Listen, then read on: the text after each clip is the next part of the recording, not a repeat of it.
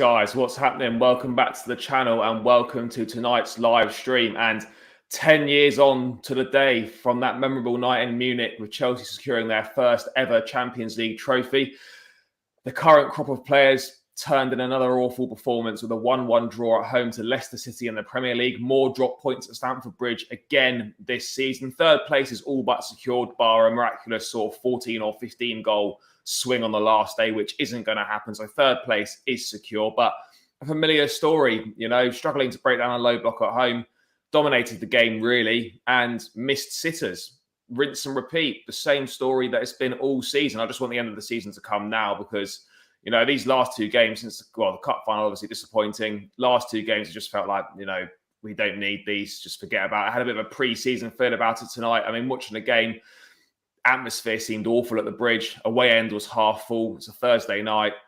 It wasn't really going. Half the players don't even want to be there that are playing for Chelsea at the moment. We just need to get to the summer and move on. But George, realistically, mate, more drop points at home.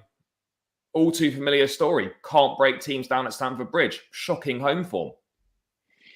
Yeah, it's like watching Groundhog Day, isn't it? Just rinse and repeat, like you said. I think that's now 10 or 11 goals we've conceded at home in the last 4 games. Too many drop points at home. And it's just the same old story. Can't break down a low block, slow passing, people with too many touches on the ball. Lukaku offering nothing, no support into Lukaku, asking for fullbacks to contribute with chances and goals. I mean, you could just go on and on and on. And yet, it was expected because of the situation with losing the cup final, and that's essentially all we had left to play for. And like you mentioned at the top of the show, third place now secure.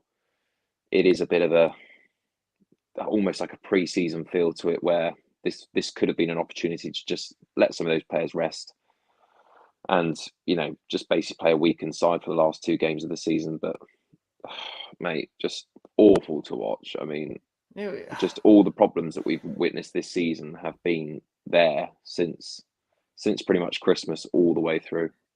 I mean, Todd Boehly, new owner, I think he's been to 3 or 4 games now, maybe more. Hasn't seen us win a single game. He must be thinking, "Fuck, can I get my £3 billion back?"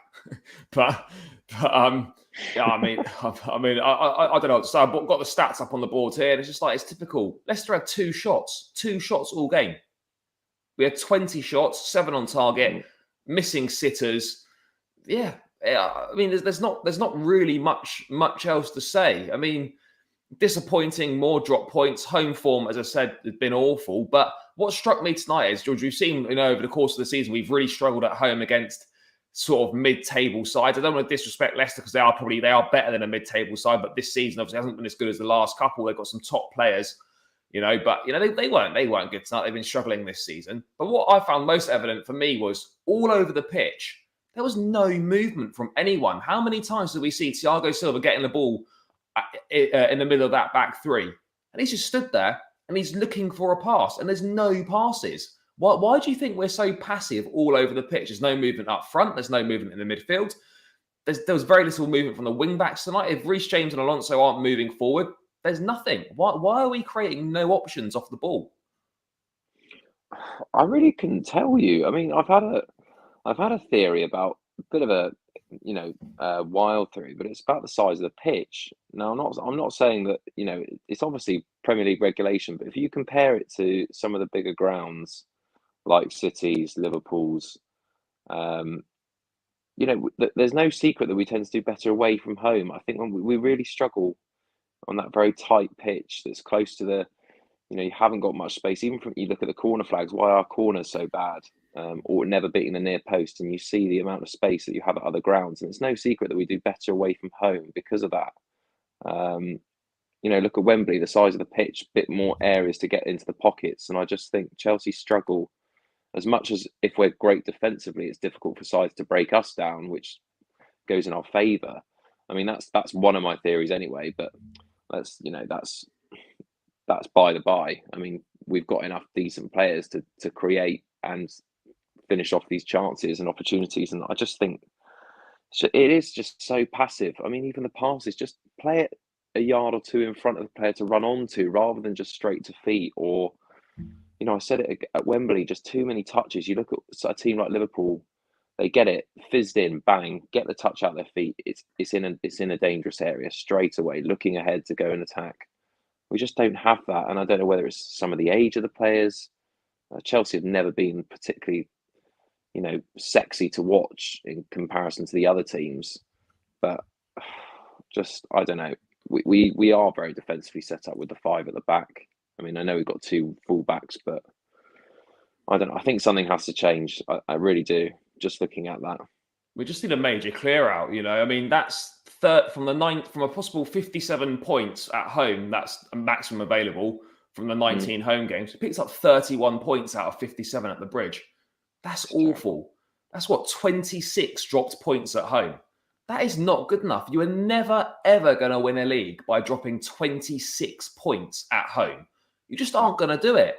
And I know we've not lost that many games at the Bridge, but it's not the point. We haven't lost that many games this season. That we just dropped so many points in ridiculous games. I mean, there's a stat that, Chelsea have never lost a game that I haven't lost a game in, not lost a game at home or something that they've been ahead in it at half time or something like that, I saw. But that just goes to show how badly we trail off in the second half.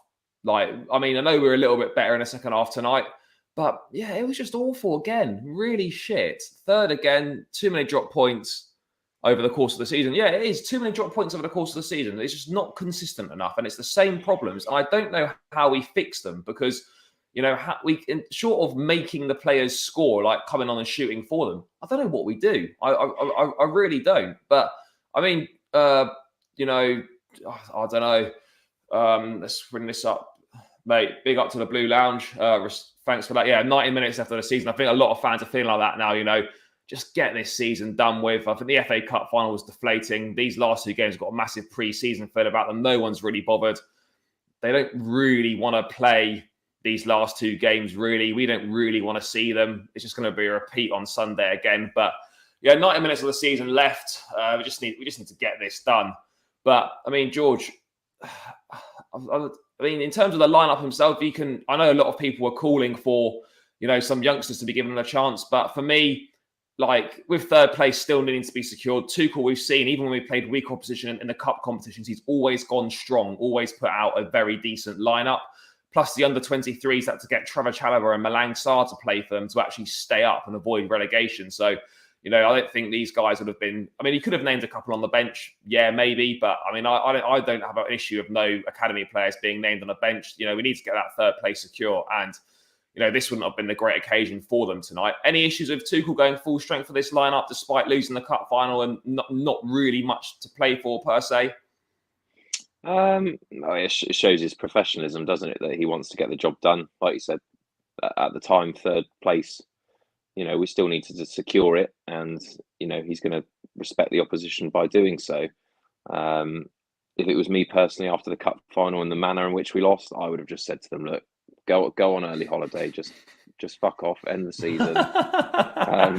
And just give some of those players that might have wanted a bit of a boost and to play their first game at Stamford Bridge or whatever. Maybe that was the incentive, but then again, it can work against you where they get embarrassed when they come up against, you've got to respect Leicester. They're still a top quality side. And, I don't think too many people would have been happy with a defeat if we just played a load of kids either.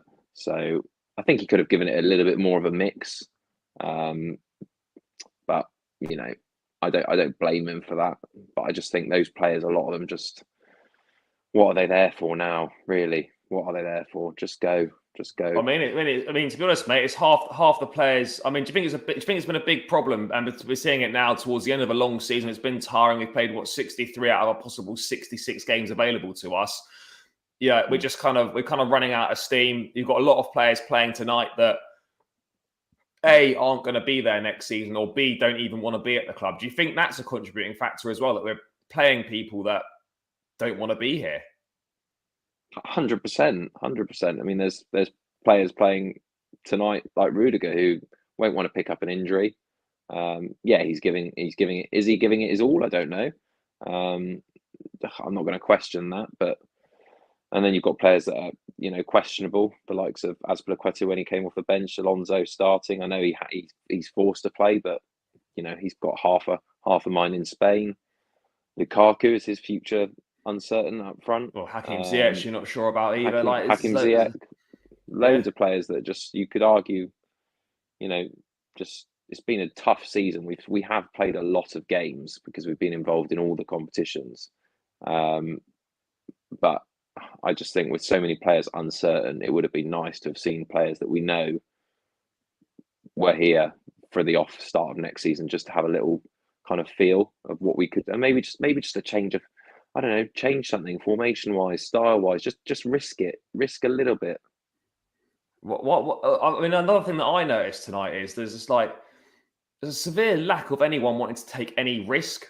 Everything's so safe all the time. And you notice the one time in the first half that we actually, won the ball high up the pitch and broke the lines of Kante's pass to Reece James, we actually scored.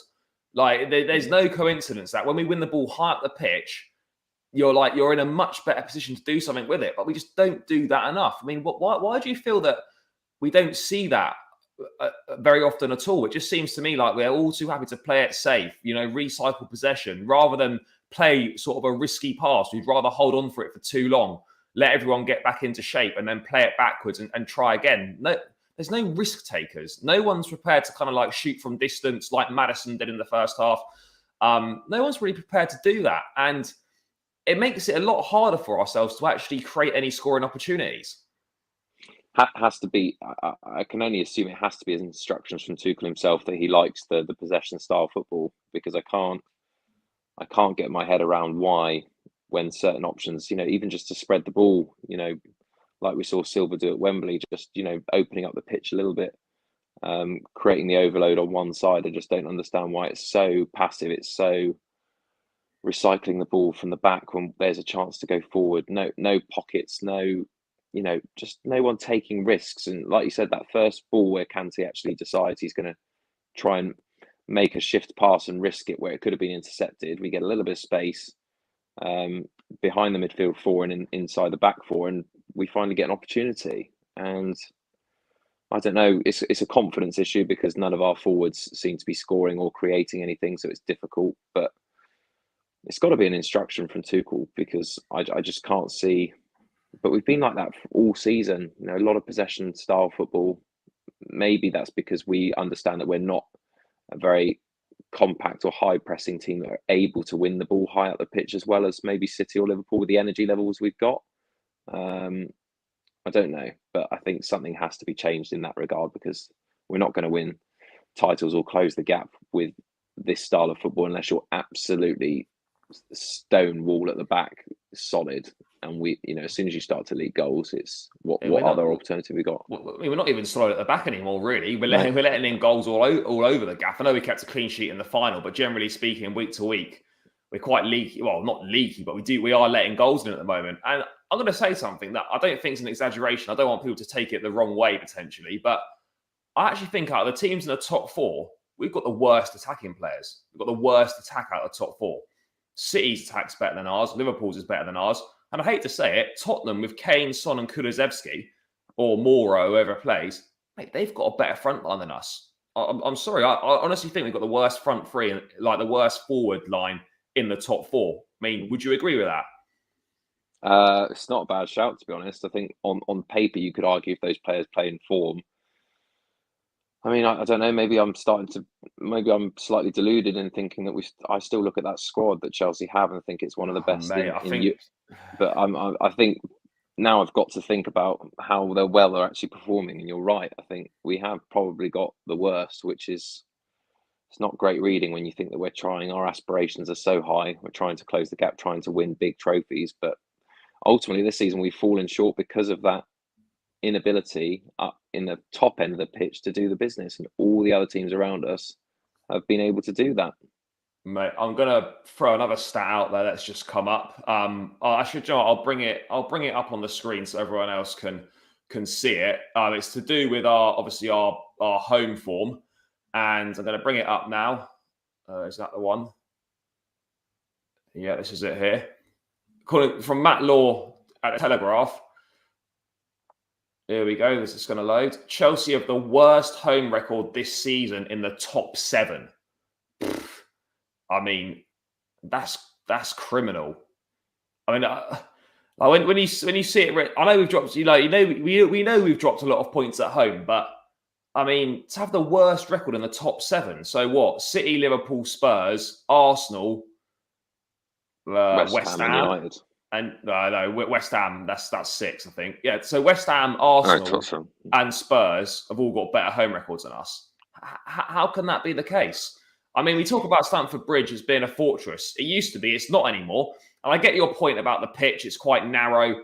You know, we could go to the maximum dimensions permitted, and that might help us. But I mean, it's just a general thing that if a team scores at Stamford Bridge, if the opposition score at Stamford Bridge first, but I knew as soon as Leicester scored tonight, we weren't winning. And that's a really unfamiliar place to be in as a Chelsea fan, to go a goal down at home and know that you're 90% certain not to win the game. I mean, did you feel the same, mate? Like, do you feel the same? Like when we go down a goal down at home this season, that we're very unlikely to win the match? Well, they said it in the game itself that there's only been two times this season where we've actually come from behind to win at home. So we haven't been able to do that this season, and I don't have any faith in Chelsea anymore to be able to bring those sorts of levels of performance. You might get the anomaly performance. I think like we keep repeating it, but the best home performance we've had was probably that game against Juventus in the Champions League. Yeah, that was in way like back when October or November. Yeah, and you look now, and we just don't have the characters to be able to do it. We don't have the leaders. We don't have the star players to be able to perform. And it's just one of those things that I think we hold on to the history of Chelsea as being one of these teams that can always bring something out of the bag. And we've got to realise now that actually we're not there anymore. We're not at that level. And teams come to Stamford Bridge and believe that they can not only just get a goal or get even a draw, but sometimes win matches. I think it's a difficult time for Chelsea. It really is.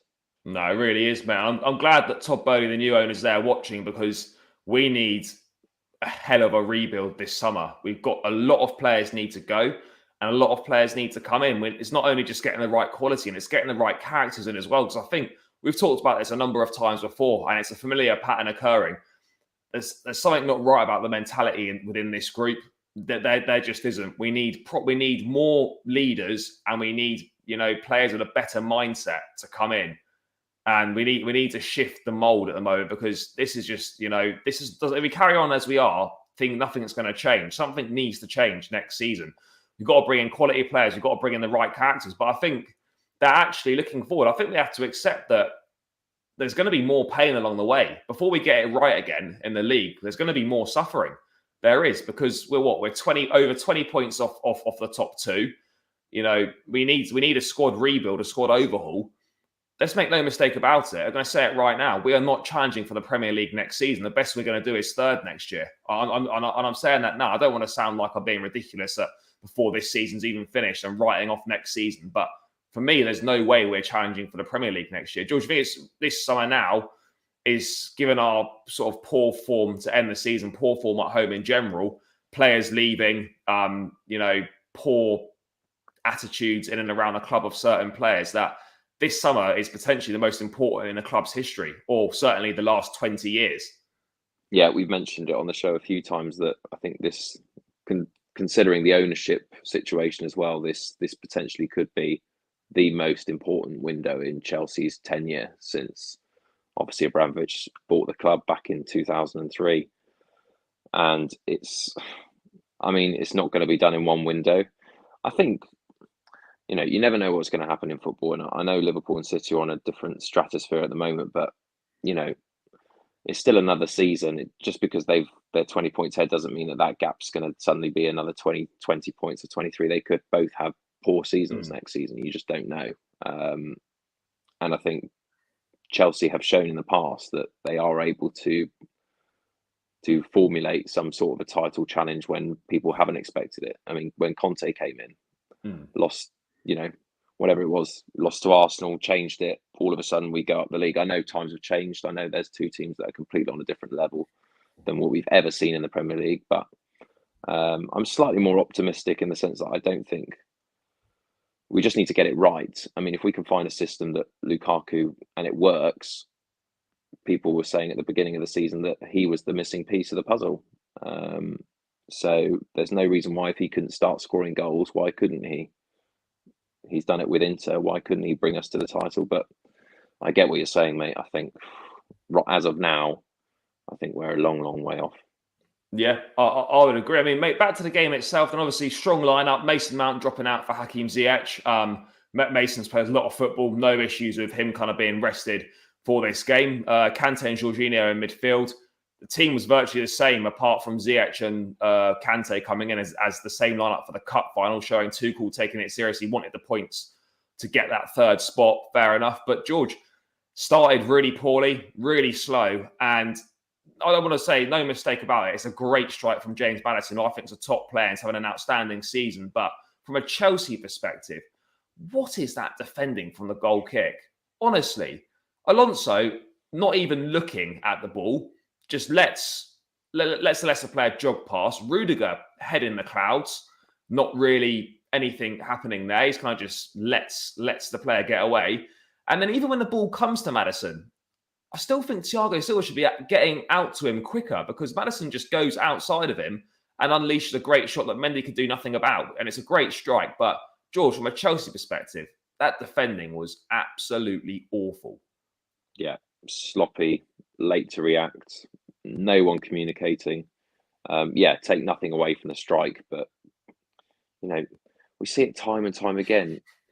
But other teams just get so much more space than we do. We seem to just allow teams gapes and gapes of space to be able to punish us. And at this level, if the ball lands to someone like a Maddison, you are in trouble. And we've got away with it before, but we didn't tonight. And again, fantastic strike, but so poor, so poorly set up, so poorly defensively. No one taking the initiative. No one. Midfield was missing as well, wasn't it, for that goal? Where was the midfield? Where was that? It was one goal kick, and virtually the whole midfield was bypassed, and the defence was bypassed with basically one goal kick. Yeah, it was shocking. I mean, we'll probably speak about Kante later, but I don't think he had a particularly great game. No, he didn't. I mean, I'm probably quicker than Jorginho, so that's not easy. When you've got players in that midfield that just can't make those runs back and recover. Alonso's frailties have come up again, unfortunately. Silva defensively awful. Alonso, he's always been shit defensively. Yeah, we all know that, and Chelsea fans all know that. But then he has scored the goal, so yeah, it's one of those, isn't it, that we kind of love him and hate him. I mean, yeah, and obviously we go from there. We've got not really much happening. So slow. Build-up play is absolutely awful for Chelsea at the moment. Build-up play, dreadful. Really, really poor. I mean, we had a couple of chances. Hakim Ziyech had a couple of opportunities in that first half. Trevor Chalobah's shot that just flew over. But realistically, and we had Lukaku as well, who was played in. That's where you want it as a striker. And story of everyone, it seems, on the pitch at the moment. Taking too long. When you're in that position inside the box, you need to get your shot off quickly. Another wasted opportunity there. And it wasn't a great night for him at all, but it wasn't a great night for a lot of the players. Could have got his shot off quicker. But then, George, the one time actually, and the goal comes, one time that Kante actually intercepts the ball high up the pitch, plays a pass that breaks the lines. It comes to Reece James. And I have to say, the pass is absolutely superb. And he was showing every ounce of his talent there. But just as good as the pass, the finish from Alonso. And, Alonso is one of those. It's typical Alonso. Awful defensively, yet the guy in the final third of the pitch is actually good. And no joke, mate, I'd actually rather him play in the front three than our attackers. He's actually got better finishing than probably the majority of virtually all of our attackers. I mean, the goal is a really nice goal, great assist, and it's a great volleyed finish. And I mean, to say that Reece James and Alonso, our wing backs, are probably our best attacking players is, well, bar Mason Mount, probably our most consistent attacking players. That's a story in itself, isn't it? Yeah, sums up the whole story, doesn't it? That you're asking your fullback to assist the other fullback to get the goal. I mean, if only he'd managed to do that at Wembley a couple of days before. But great pass, fantastic finish. He's got a sweet left foot, hasn't he? And again, that's why we love to hate Alonso, because as much as he's terrible at defending, he can come up with those gems. And actually, you probably back him, 7, 8 times out of 10 to connect well with those types of chances and bury them. To be fair, I think he's one of those, and that's why, again, be careful what you wish for when, if we get rid of Alonso too easily and don't actually try and offer for him to stay. Could be a problem there if we get another injury to Chilwell to replace him. Mate, I'd like Alonso to start as up front in the last game of the season. I actually would, mate. I think we should just do it. Just play him up there. I mean, what's the worst that can happen? He's got better finishing than most of the attackers. I mean, just a word on Reece James, which we've spoken a lot about him throughout the course of the season. A superb season. And you look at his numbers, right? And he's played about 1,000 minutes less than Trent and Andy Robertson. And yet he's only 1 goal and assist contribution behind Trent as most in the league for defenders. I mean, anything to add on that other than what we already know about Reece James, that he's world class, and to be up there with Trent and Robertson, who have been kind of as a pair, probably the best 2 fullbacks in the league for a number of seasons. It just goes to highlight his quality once again. And considering 1,000 less minutes than Trent, it's quite something to be right up there. He is a special phenomenon, isn't he? He's just got everything: pace, power, confidence, delivery, goals, aggression. He's just a player, like you said, that we just need to lock down and never ever run the risk of running his contract down or allowing him to go anywhere else. And he could become, obviously, I think he will become a Chelsea captain if he continues in this form eventually. Southgate's got a huge decision to make in that area, as we all know, because we're blessed with right backs. But I mean, maybe Chelsea's bias is playing its part here, but I think he's got a more of an all-round game than Trent, and I think he's at the moment in the hot seat for that spot. I think he has to be. I think he has to be England's number 1 going into the World Cup. Whether he will be or not is a different conversation. But George, level at the break, no changes at the break either. Second half, Leicester defended well, got men behind the ball. Exactly what you expect from a side who takes an early lead at the bridge, or whenever a side goes ahead of us at home this season. They just sit back, get bodies behind the ball, defend for their life, and try and hit on the counter. And we actually had a few chances in that second half. Romelu Lukaku, a great ball into the box from Hakim Ziyech. Lukaku's kind of a free header, maybe should do better, and it goes just wide. And that, again, highlights, I'm wondering why, we were confused at the time why Tuchel replaced Lukaku in the cup final with Ziyech. You want Lukaku on with Ziyech for that exact reason. Ziyech's delivery and chance creation as demonstrated there. So I thought that was a bit odd. But yeah, Lukaku maybe should do better with that header. But I mean, George, the moment where he should have won the match, Lukaku plays the ball across the box. Pulisic is there. It's harder to do what he did than put the ball in the net. And it is an absolute sitter. Honestly, it's shocking. It's one of the worst misses this season. I don't think it's even an exaggeration to say that. It's one of the worst misses this season as a professional football player. All right, that maybe can happen once, of course, but this is a repeat thing. Pulisic misses unbelievable chances so often. He really does. And despite everything else that's good about his game, it's a worrying theme. He's got to cut this out of missing sitters. I couldn't believe it when he missed it. I mean, it's just sums Chelsea's season up, sums up the attacking play, sums up the finishing. It's not there. But I mean, what were your thoughts when you saw that? I just couldn't believe it. Well, I could believe it. I think that's the worst thing, that I actually could believe it. I kind of half expected it, really. I was just about to say, I think you said, "Oh, what were you thinking?" I couldn't believe it. Actually, when it went across the box, I was like, "He's going to miss this. He's going to miss," because it's just our season.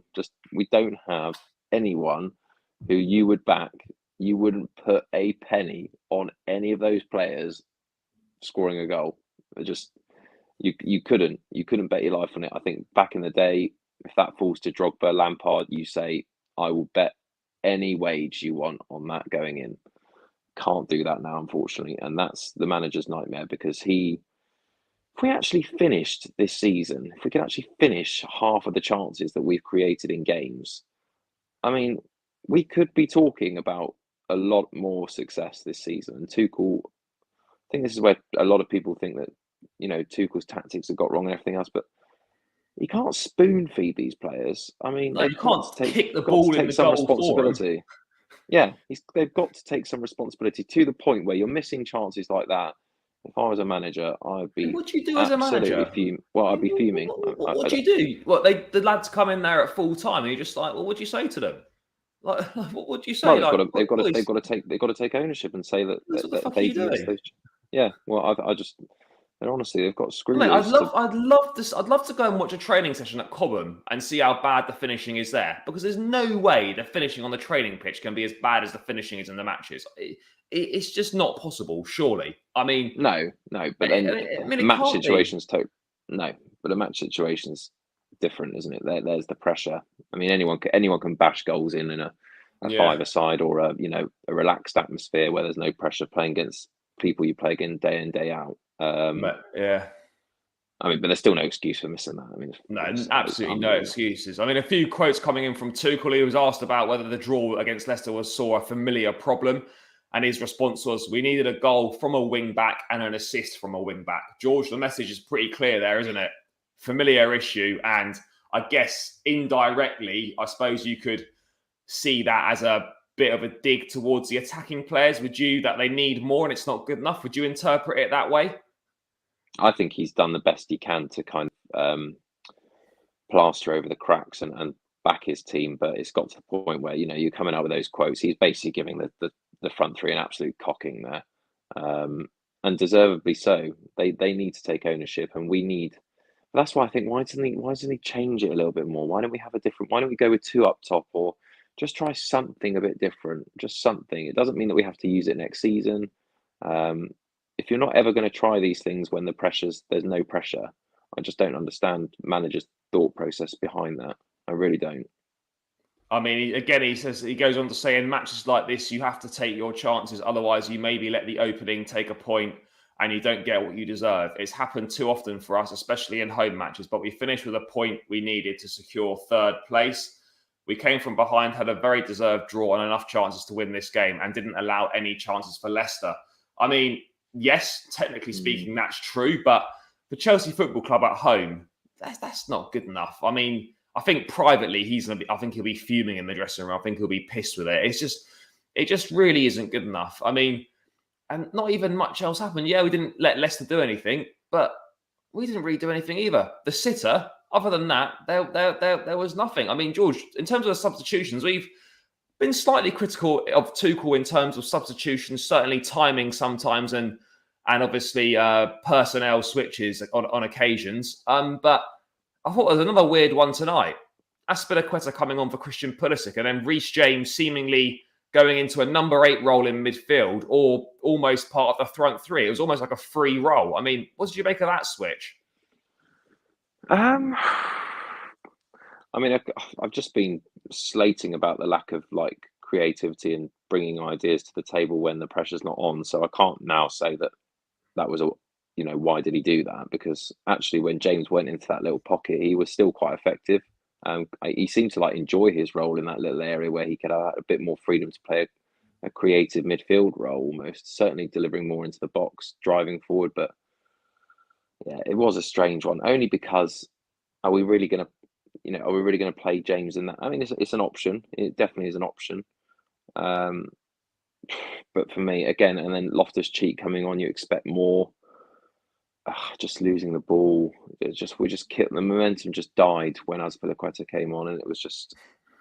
I think Aspie's done. Time to ship him on. I know we're losing a lot of experience, mate, but I think at this level he's done. I've got to be honest. I just think it's not in the legs anymore, and he's becoming more of a hindrance than he is a useful on the pitch. And I think the fact that he was benched for the cup final and benched for this game, I think it goes to show that he's kind of being phased out now. And I expect Sunday he needs to get the send off that he deserves. But I think it should be his last game for Chelsea. Would you share that opinion? Yeah, unfortunately so. I think, as much as I love him and he's the next, he's an absolute legend at the club.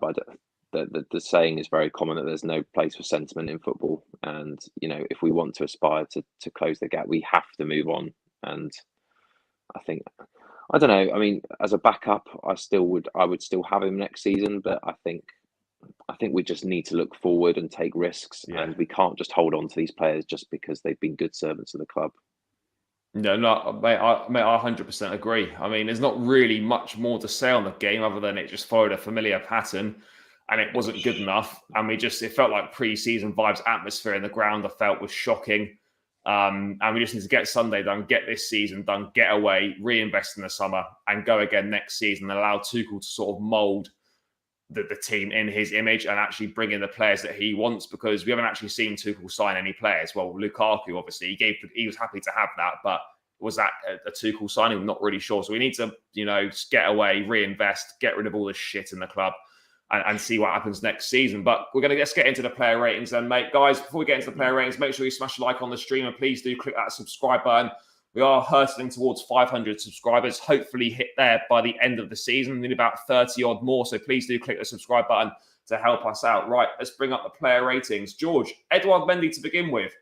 It's a difficult one, really, because he could do nothing about the goal, but Leicester had one other shot other than that in the whole game. So he didn't really have anything to do. So it's quite. I don't really know what to say. It's not really. I mean, there's nothing to say about his performance, really, is there? I mean, distribution was okay. Didn't have any saves to make. It was just couldn't do anything about the goal. I mean, what do you say about Mendy? Just there's not really a lot to say. No, you can't. And we've had a few of these, haven't we? When we've done the match ratings, where he's not really put a foot wrong, but for some reason the results don't go away, and it's not been his fault. He had a great cup final performance, I'd have to say. I really do think he had a great performance there. But again, this one, the only thing he's had to do is pick the ball out the net from a great strike from Maddison. That's it. So it's hard to give him a harsh score, but at the same time, you can't really give him a top score, can you? Because the best goalkeepers, when they've got nothing to do, still make that important clean sheet. So I don't know, hard one. I'll give him a 6. I think a 6 is fair. Moving on to Chalobah, back in the lineup, retained his place in the lineup. I actually thought he had a really good game. I felt out of the back three, the three centre-backs, I probably felt he was the best one. Good energy, getting forward well, had a great shot from distance, defended well, calm on the ball. I thought it was really positive. I mean, do you share those sorts of things? Do you think he was the best out of the three centre-backs playing tonight? I thought it was really positive from him today. Yeah, very positive performance, and that's what we're looking to Chalobah. And again, they said in the game, didn't they? He's one that's really broken through this season, and they said we mustn't forget that he only had his debut this season, didn't he? Against Palce, was it?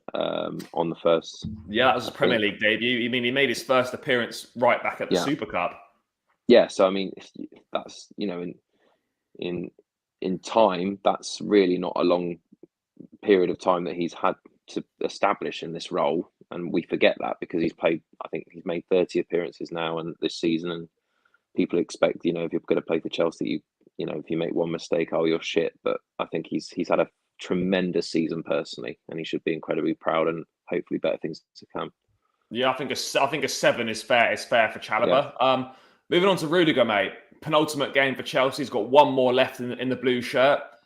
Be sad to see him go. What did you make of him tonight? I mean, we had a vintage two-footed lunge that got him a booking. What was that about? Mate, he's got that in his locker. He always does, mate. I don't know what that was. I mean, it wasn't reckless, but I mean, it wasn't a red card or anything. But I don't know. He always runs the risk when he go and do something like that. But I mean, other than that, George, what did you make of Rudiger tonight?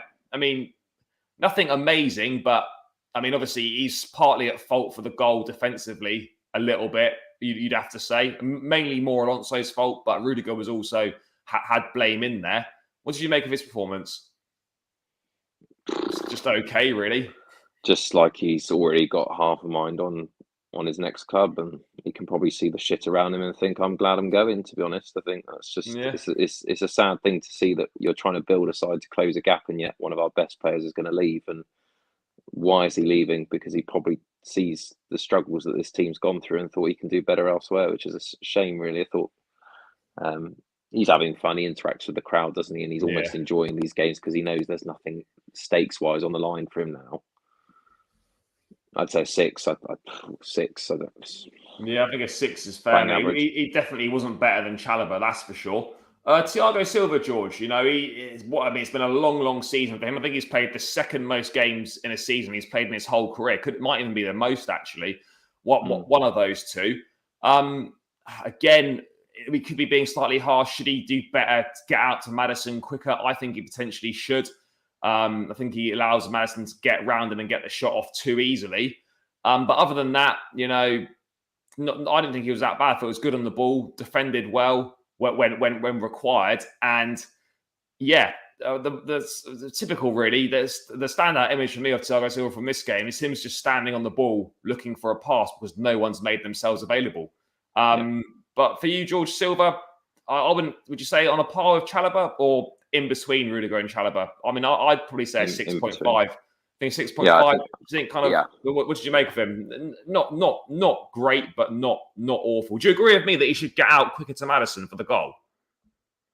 100%. But I still think as a defender, you probably allow them to shoot from that distance and say, look, if you're going to score from there, fair play. I mean, I think there's certain areas of the pitch where, you could probably charge out and try and close it down. But you're thinking of probability and thinking, look, if I hold my position here and he has a strike and it goes top bins or it goes past the goalkeeper, then you've done a great job because you shouldn't be scoring from that distance, really.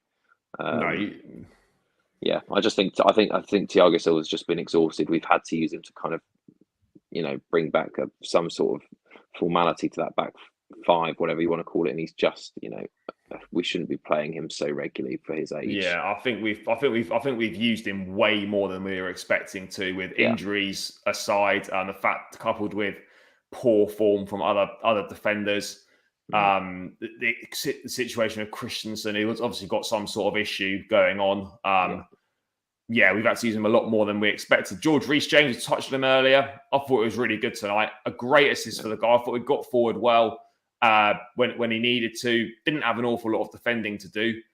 But I'd say I'm looking at maybe a 7.5 or an 8 for Reece James. I mean, kind of run out of superlatives for him. Probably, I'd say Chelsea's best player on the pitch tonight, Reece James. Yeah, I'd 100% agree. The shining light of what was a boring, terrible performance and what's been a disappointing season with Chelsea. He's been the one player that you feel like, God, we've got a seriously world beater on our hands that every Premier League club would be desperate to have. And he was class tonight. Even when he had his little role in midfield, just took it with ease. And God, we just need to build something around him. I mean, he's just world class. That's definitely one of the priorities for the new owners, is to offer him and Mount improved terms and a new deal, get them tied down. He was a standout performer. I think an 8 is fair on that one. Moving to the other side then, George, Marcus Alonso, kind of a Jekyll and Hyde performance from him in terms of defending absolutely fucking dog shit defensively. You know exactly what you're going to get. Just going to get a steaming lump of shit in defence from him. You know that. That's what you get from him. We know that. But then the annoying thing is, on the flip side, is that he's bloody good in the final third, and he knows how to score a goal, and his finishing is actually really good, as we touched upon earlier. So fair play for the goal, but what he's really on the pitch for is kind of his defending, yes, contributing to the attack. So attacking wise, yes, good tonight. Defending, awful.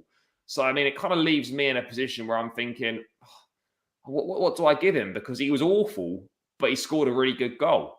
I mean, I'd almost go as far as saying, other than the goal, which obviously was important, he's probably the worst player on the pitch.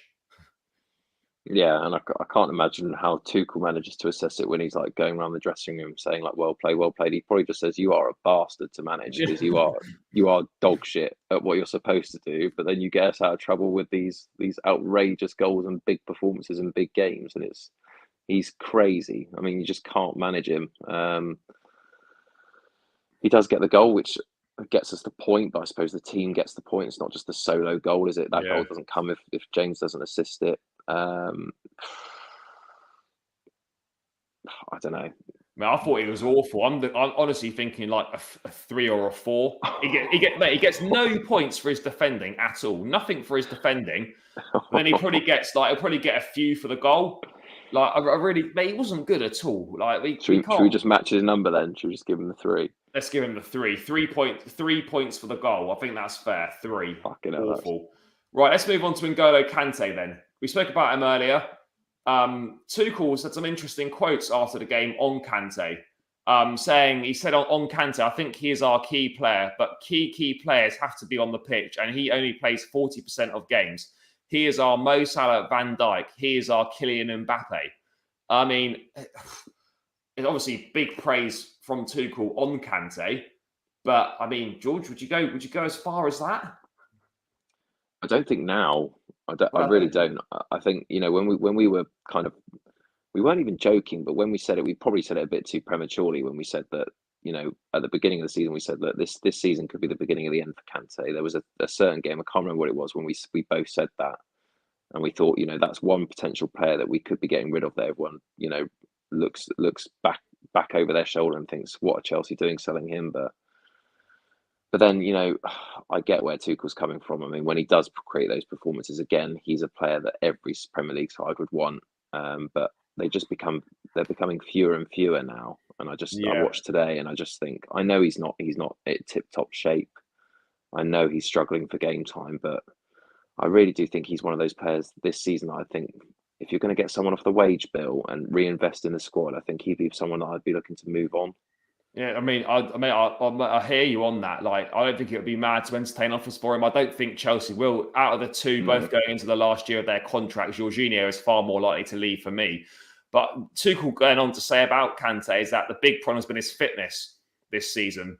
He's not been able to play the amount of games that he normally does, and therefore his influence is waning. And we're clearly seeing that. And it's a really difficult one because on his day, he's a world-class midfielder. You only have to look at the runs of the Champions League win. I think he was man of the match in both semi-finals and man of the match in the final.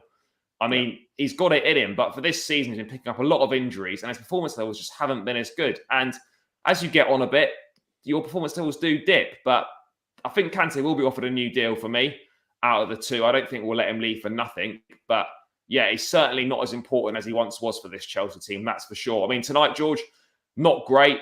He wins the ball high at the pitch and plays that pass to Reece James, which ultimately sets the goal up. But other than that, very little from Kante. And obviously, he was replaced by Ruben Loftus-Cheek. So Kante, mate, for me, I'm going to go an average 5. Do you think is that too kind, or is that all right? Do you reckon? Do you agree with that? 4. I was going to go 4 or 5. I can't. Let's go 4.5, then, mate. We'll meet in the middle. We'll go 4.5. It was poor. It was poor. I don't like to criticise Kante because he's been such a good servant for the club and he's been superb. But yeah, far too often this season, poor performances from him. Jorginho, mate. I don't know. I thought he's out. I have to say, I thought he was fantastic in the cup final. I thought he had a really good game in the final. Tonight, again, sort of the same thing. When you need the ball being moved quickly in the midfield to try and start something, he's not the person you want. He's slow on the ball. He doesn't move it quickly. And I think when you try and move the ball quickly through him, it just doesn't happen. It's not a criticism of him as a bad player or anything, but we need someone in there that moves the ball much more quickly. And he just doesn't do that. I mean, I almost feel in these sort of games, you don't really need him. You're going to dominate the game. We dominated that game. And you don't really need Jorginho in that sort of situation. I think you need Jorginho in a situation where you're expecting not to have a lot of the ball and he can keep it and control stuff whilst you're on the ball to buy you a bit more time as a team. But in these sort of games at home against sides that you should be beating, I don't really feel he needs to play. I mean, is that a bit harsh, or do you think that's fair? Do you think it? I just think it hinders us a little bit. I completely agree. I think it's far too defensive to play someone like that. I think if you're playing like a 4-2-3-1 and you've got that number 10 in there, like a Kevin De Bruyne, I think that's fine because you can have a player that just sits and dictates play and recycles. But when you've got just the 2 in there, I just think it's like you said, mate, just too many touches, doesn't offer an awful lot. You're asking Kante to do all the creative work, and it just, for me, just thinking games like this where you're at home and you're going to enjoy the majority of the possession and the way of the game, I just think you could risk it a little bit more. So I echo your thoughts, mate. I just think, I mean, again, he does have great performances, hence why Pep was so interested in entertaining the fact that he was going to go to City. But for me, I don't know. I just think he's a bit of he does everything well, but is he going to, catapult us to the next level? I don't know. No, I don't think so. I mean, tonight, average or bit 5.5? 5, yeah. I wouldn't give him any more than 5. I think it was. No, I think average is fair. Again, guys in the chat, get involved. Let us know what you think of the ratings. Do you agree or disagree with us? Make sure you smash a like on the stream, and please do click that subscribe button if you're watching now and you're not subscribed. Moving into the front three, George. Hakim Ziyech back into the lineup. I'm actually pleased that we got to see him start tonight. I felt he's been hard done by not getting that many minutes recently. I felt out of the three, mate. I know it was a low bar. He was our best attacker tonight by far. Energy on the ball, creative, looked to make things happen. And I actually thought he had a good game. And I would like to see more. I wish we'd seen more of him. I think he is one that I would actually keep this summer, particularly if we change formation next season, potentially. I think there's a top player in there. Great delivery. He's a great technician. And yeah, I thought he was our best player tonight, best attacker tonight for sure. Would you agree on that? Yeah, I mean, best of a worst bunch. So I get what you're saying about the low bar, but he's got potential, mate, and we know he offers something different with his left foot. He's got that ability to deliver from a different angle than we've got available. Has scored a few good goals this season as well, it has to be said, where he's put in some good performances. He did a lot of good work off the ball as well tonight, which I enjoyed, considering that I have slated him for that in the past. I think he still needs to work on some things like his physical presence in the game. I know he's quite a slender build anyway, which suits him for a winger. Sometimes I think you need that. You can't put too much weight on, but better from Ziyech tonight. And I think he's been hard done by, but definitely one I'd keep. Would you reckon a 7 or I wouldn't go that high. 6.5? 6.5. Let's go 6.5. Yeah. Let's go 6.5. I think that's fair. Right, let's move on to Christian Pulisic. This, for me, definitely won't be a 6.5. Obviously, the sitter we talked about.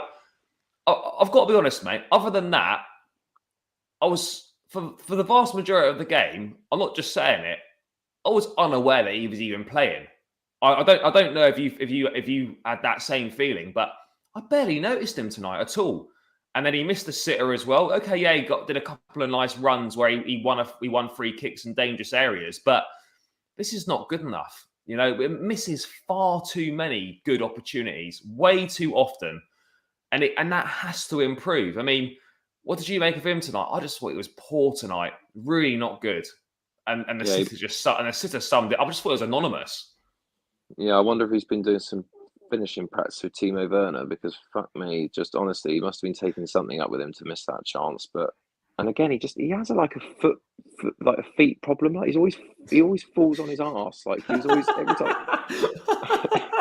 Honestly, like he's always misstepping and like falling over. I don't know what's wrong with him. Maybe he's got Astros on rather than studs. Yeah, maybe. But you're right, mate. He just gets bullied off the ball by like bang average defenders as well. Like, you know, you're talking about he's coming up against like Johnny Evans. I think Fafana is good. Our Marty's not a defender. And yeah, come on. I mean, it's not good enough. It isn't good enough. No, and you know, like I know again we compare him to like Eden Hazard, but you know when Eden Hazard used to pick the ball up, everyone would suddenly just stand up, because you just knew that wherever the ball was, he was going to create something. Don't get me wrong. Yeah, don't get me wrong. No, we haven't got anyone like that, and I don't think it's fair to compare the two. But yeah, it's just a poor night for Pulisic tonight, and it's so frustrating because we know there's ability there. We know it is, but far too often it just keeps missing chances all the time, and it gets to a point where if you're going to challenge for the big trophies, you can't afford to have people in your team that constantly miss big chances. No. Imagine if that was on Saturday in the FA Cup final. Yeah. Like, all right, tonight it didn't really matter that much. It's the end of the season, and you know we're done. We're not playing for anything, but it's the principle of it. Imagine if but the thing is though, this happens in big games as well. This is not just it's the end of the season, doesn't matter. It's a recurring thing. He will be here next season because he's young still. And he'll be an important part for the new owners, particularly with marketability in America. He will be here next season for sure, but we have got to see improvements. If he doesn't improve next season, we have to get rid of him. I think it's as simple as that. I really do. I mean, for me, George, other than Alonso, he was the next worst player on the pitch. I thought he was awful. 3.5. Yeah, I was going to go with that. I think a 3.5 is fair. It was really bad tonight. 3.5. Moving on to Romelu Lukaku to round out the ratings then. Another start. I've had enough, mate. Honestly, I've had enough. Do you know what, mate? I agree that he was poor, but he did do some quite good things tonight. Look, the chance where he just doesn't get the shot off. He takes too long. Yeah, that's not good enough. The header he should do better with. But there was a nice flick on where he created a chance. We don't use him enough like that. And then he could have had an assist tonight as well if Pulisic had sorted his feet out and not missed the sitter. But we're kind of clutching at straws really here. And you look at the bigger picture, £100 million striker, and we're kind of like picking out little things to try and praise him for. It's not good enough. I mean, I do feel sometimes he's not helped by those around him, but he also on occasions doesn't help himself either.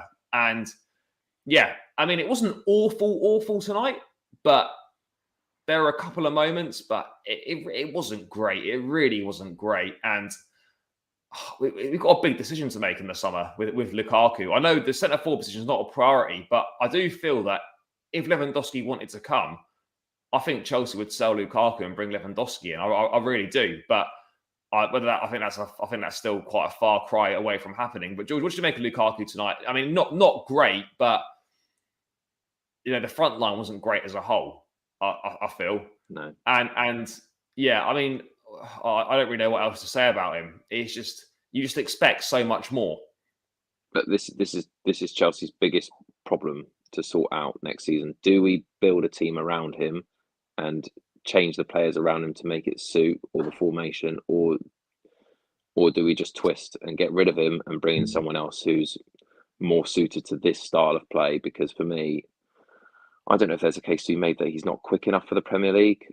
Just takes far too long when he's got opportunities. He's not got that ability to snatch at things.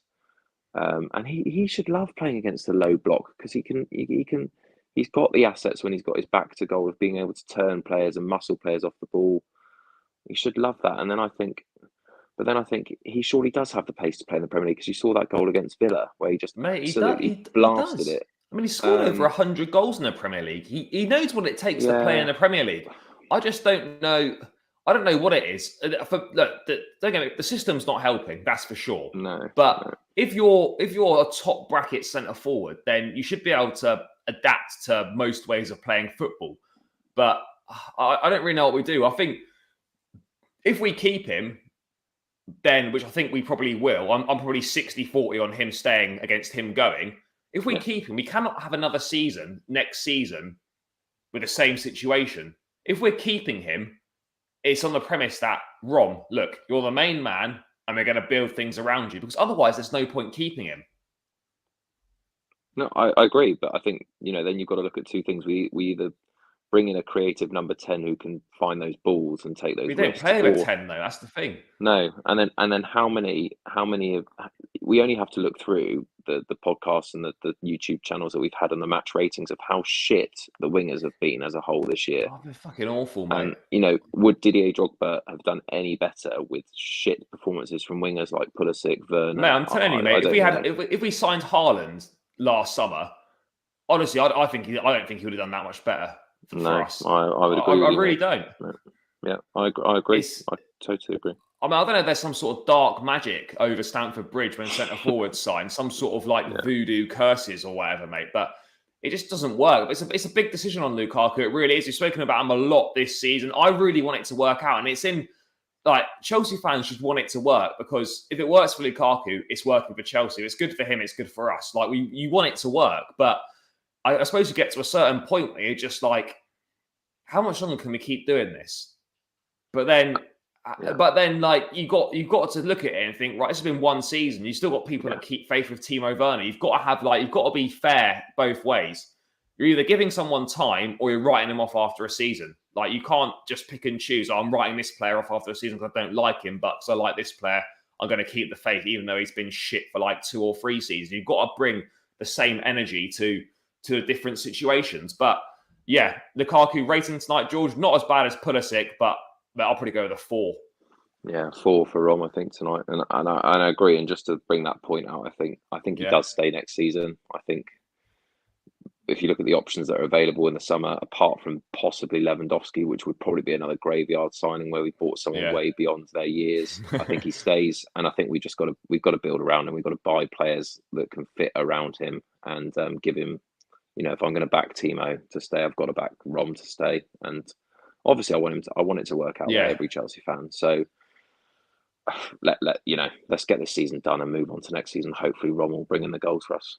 Yeah, mate, 100%. It's got to be done. Guys, those are the player ratings. 50 of you watching at the moment. Big up for tuning in. Please do smash a like on the video and please click that subscribe button. It really helps us out. George, one last dance to go this season. Watford at home on Sunday. Obviously, we'll get to that in a couple of days' time. But, I mean, just a quick word. How glad will you be to see the back of this season? Oh, mate, I was done as soon as that Shimikas penalty went in, to be honest. I've had enough. That's probably the fastest you've moved all year getting out of Wembley when that went in.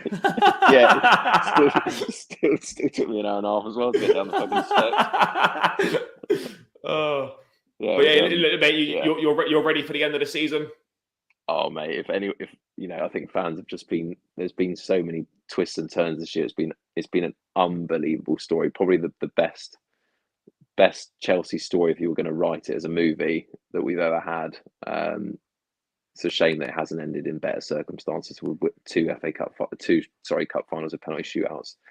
Our best night in Europe that we've had for years, but didn't get through. I mean, could have been so different, but that's why we live and die by the sword of football, because, win the Champions League one year, the next year you play even better, and we don't win anything. So yeah, it's the way it goes. But guys, thank you so much for tuning in. A lot of you tuning in tonight. Really appreciate all of your support. So one last time, smash a like on the video and please do click that subscribe button. Help us get to 500 subscribers by the end of the season. Please do that. Sunday, final day of the season. It's been a long old season. I think a lot of fans cannot wait for the end of the season now. Get away from Chelsea, have a bit of a break, and then come back to it next season. And it'll be a new era, new owner, new era, and hopefully we can bring in some top players. But final day of the season, Sunday, guys, brings down the curtain on the 21-22 season. Promised so much, perhaps under-delivered potentially, but as always, you stick with the Chelsea through thick and thin. One more dance to go at Stamford Bridge. Watford at home on Sunday. But until then, guys, take care. Up the Chelsea, and we'll catch you in the Watford preview tomorrow. Cheers.